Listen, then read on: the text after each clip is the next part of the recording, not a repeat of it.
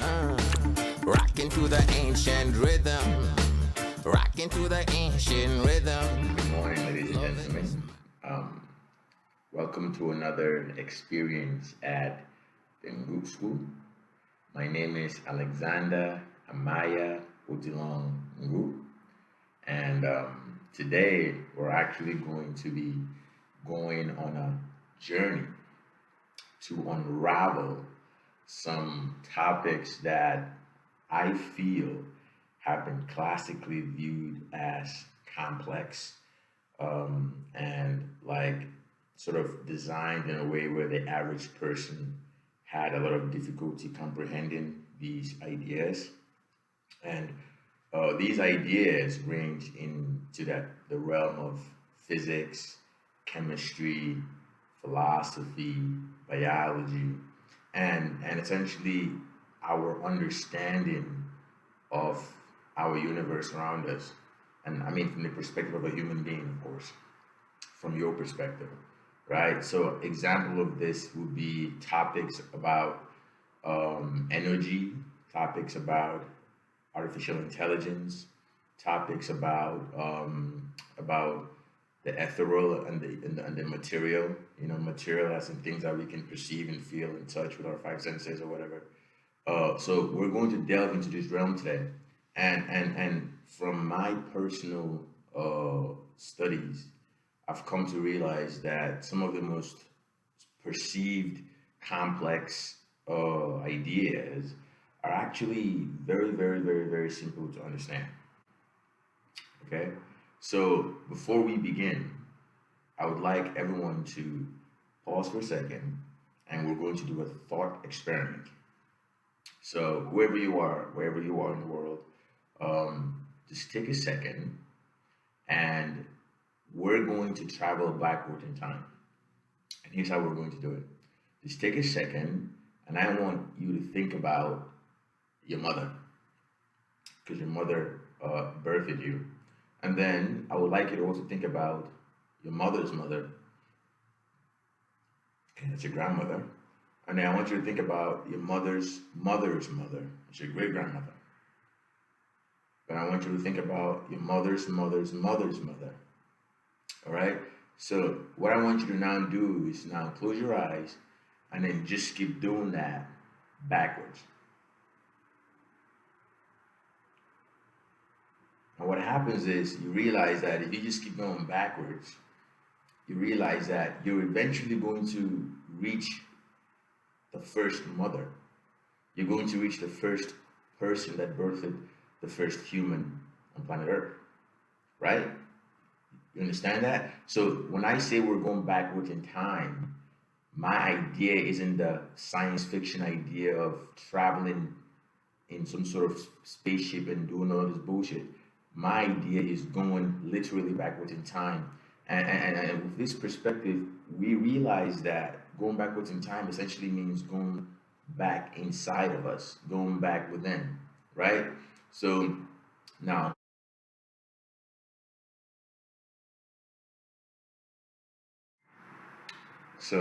now that we understand sort of how going backwards in time works from the perspective of the human system, now can we apply this same sort of thought experiment to other systems, right? And as a matter of fact, we can. So now let's get bigger than the human system. Let's go to the universe, the universal system, right? So what happens if we do the same thing? What happens if we unravel and go backwards in time? So just like you went backwards with your mother and went backward to the first woman on the planet, what if we can unravel the universe and go backwards in time to the first point of the universe, right? And so with this thought experiment, that's going to be how we're going to travel backwards in time. So traveling backwards in time will be to go back into the universe. You understand, guys, what I'm saying? Okay, now to go back into the universe. Now, based on our understanding of the universe so far, we've actually realized that if we go backwards in time, based on the studies of physics, with the contributions of going all the way back from Galileo to all the way to Einstein, about studying the material universe, studying the planets, studying mass, we realize that that the material universe, if we actually go backwards in time, we get to this point known as the Big Bang. So I'm sure you guys have all heard about the Big Bang. What exactly was the Big Bang? The Big Bang was the inception point. It was the original point in the universe before it started to expand out to create the universe that we have today. So I'm sure you guys have all heard about the Hubble Space Telescope and Hubble, the astronomer, or not astronomer, but scientist that that showed that the universe was actually expanding infinitely outward, right? So from the perspective and from Hubble's sort of proof, we can now see that we were actually expanding infinitely outward. So if we were to travel backwards in time, all we have to do with the universe would be to go backwards in the universe to compress it, right? So if it's expanding backwards from the origin to go backwards in time, we just have to compress it, right? So that's kind of how we perceive traveling backwards in time. So now, what happens if we travel backwards in time to the first moment, or before the first moment of the universe? What would that entail? What does that mean? Like, if the entire universe can be compressed into one tiny point, what does that say about that particular point?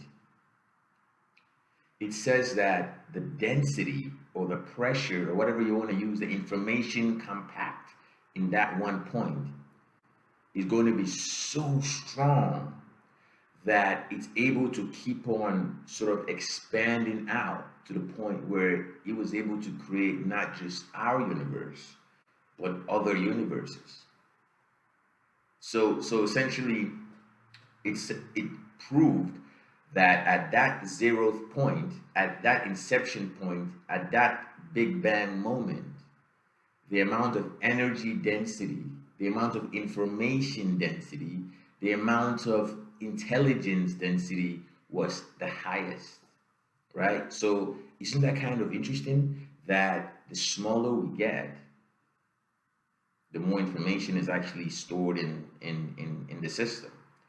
But the further out we go, the less information is actually in that system. Now, this is a thought experiment that got me thinking as to sort of like the progression of like human intelligence, like how we perceive humanity, we perceive ourselves to be actually getting more intelligent.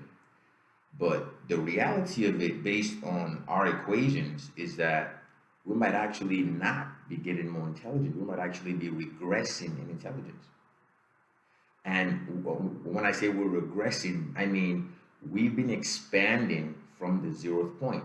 If that zeroth point, if that inception point is, if that Big Bang point was the point of the highest amount of information, highest amount of intelligence, highest amount of density, then as time progresses outward, the density should reduce, right? Logically speaking, it should reduce, which is what we actually observe, because even on the planetary scale, planets die over time, systems die, humans die, universes die, galaxies die. So life and death are a constraint of this material intelligence, it seems like, right?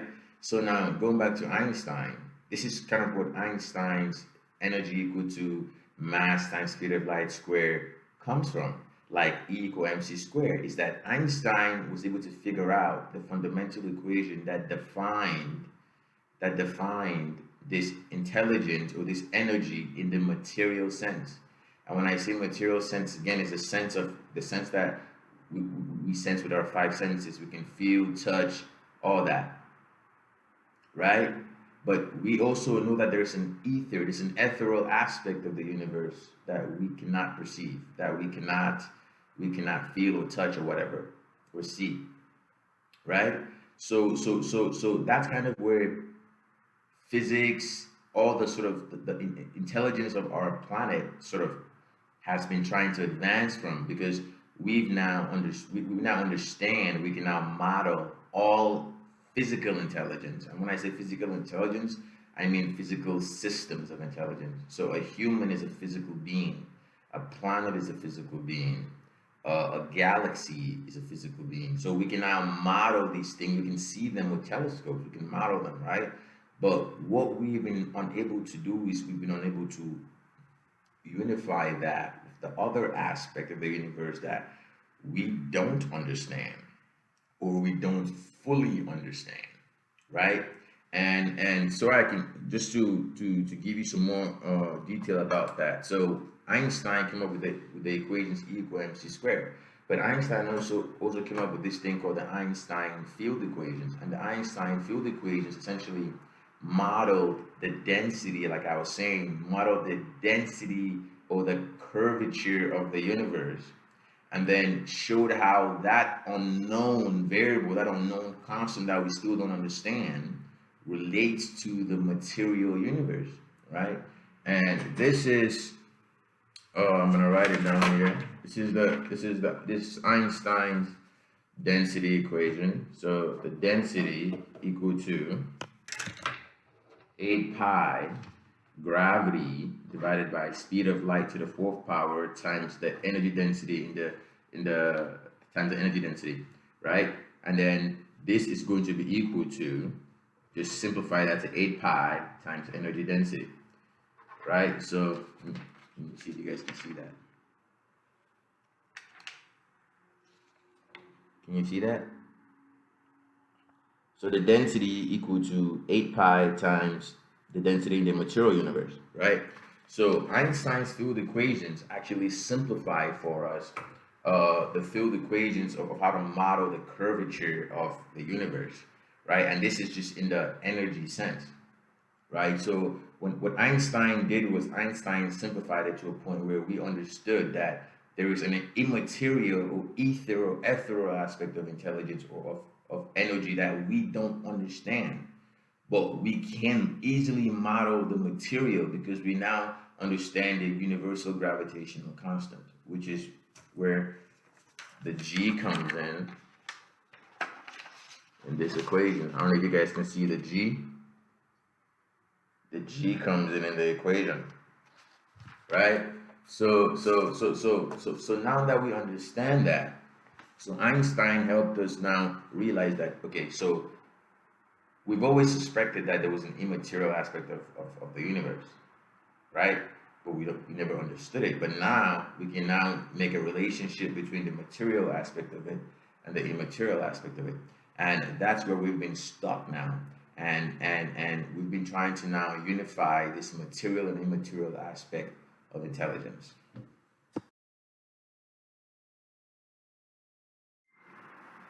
So now that we understand what this model of our universe is, where at the center of it we have an infinitely dense energy portal, and as the universe is expanding out, this energy is actually reducing over time.